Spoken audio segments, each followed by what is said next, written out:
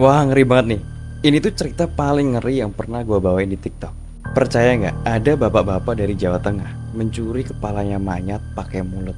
Jawa Tengahnya ini gak jauh dari Jogja. Jadi ini tuh cerita kedua dari teman kita di TikTok. Dan kejadian ini terjadi sekitar tahun 2004 sampai 2005 yang lalu. Dan di tahun itu, di Jawa Tengah, yang gak bisa saya sebutin lokasinya, heboh karena ada makam yang dibongkar.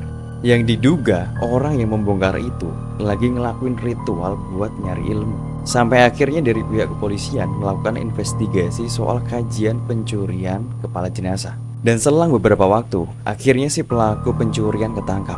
Dan menurut keterangan dari pelaku, dia mencuri kepala jenazah itu dengan alasan sebagai syarat ritual. Nah, ceritanya tuh gini. Sebut aja teman kita yang ngirim cerita ini namanya Bejo. Dia tuh punya temen namanya Agus. Nah, Agus ini adalah saksi kunci dari kejadian tersebut. Jadi malam itu, si Agus ini lagi tidur di kuburan. Kenapa? Karena Agus belum bisa nerima takdir kalau ibunya itu meninggoy. Agus ini sayang banget sama ibunya, sampai hampir tiap malam dia itu tidur di makam ibunya. Awalnya keluarga udah ngelarang, tapi Agus gak mau. Dia itu tetap datang ke kuburan dan tidur di sana. Dan kebetulan rumahnya Agus ini bersebelahan sama pemakaman ibunya.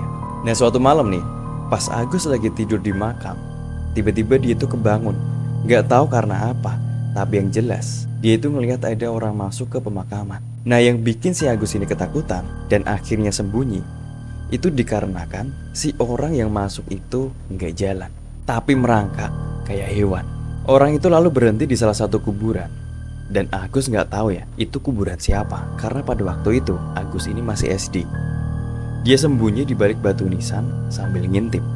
Makin lama makin aneh, ibarat anjing atau kucing yang lagi ngeker-ngeker lemah. Ternyata orang itu lagi menggali gundukan kuburan pakai kedua tangannya. Makin lama makin dalam, sampai akhirnya nyampe ke dasar liang lahat. Agus ini nggak tahu apa yang dilakuin sama si orang itu, tapi yang jelas gak lama setelah itu, si pencuri itu muncul dari liang lahat, tapi mulutnya sambil gigit kepala si mayat. Setelah itu dia pergi dengan cara yang sama, yaitu merangkak tapi sambil gigit kepala mayat. Nah, singkatnya, besok paginya itu heboh karena ada penemuan makam yang dibongkar dan ditemukan jenazahnya yang ada di kuburan itu gak ada kepalanya.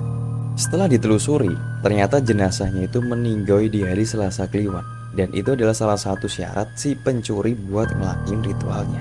Dan akhirnya si pencuri itu ketangkep dan kepala jenazahnya itu dikembalikan ke asalnya lagi. Nah, jadi begitu ceritanya.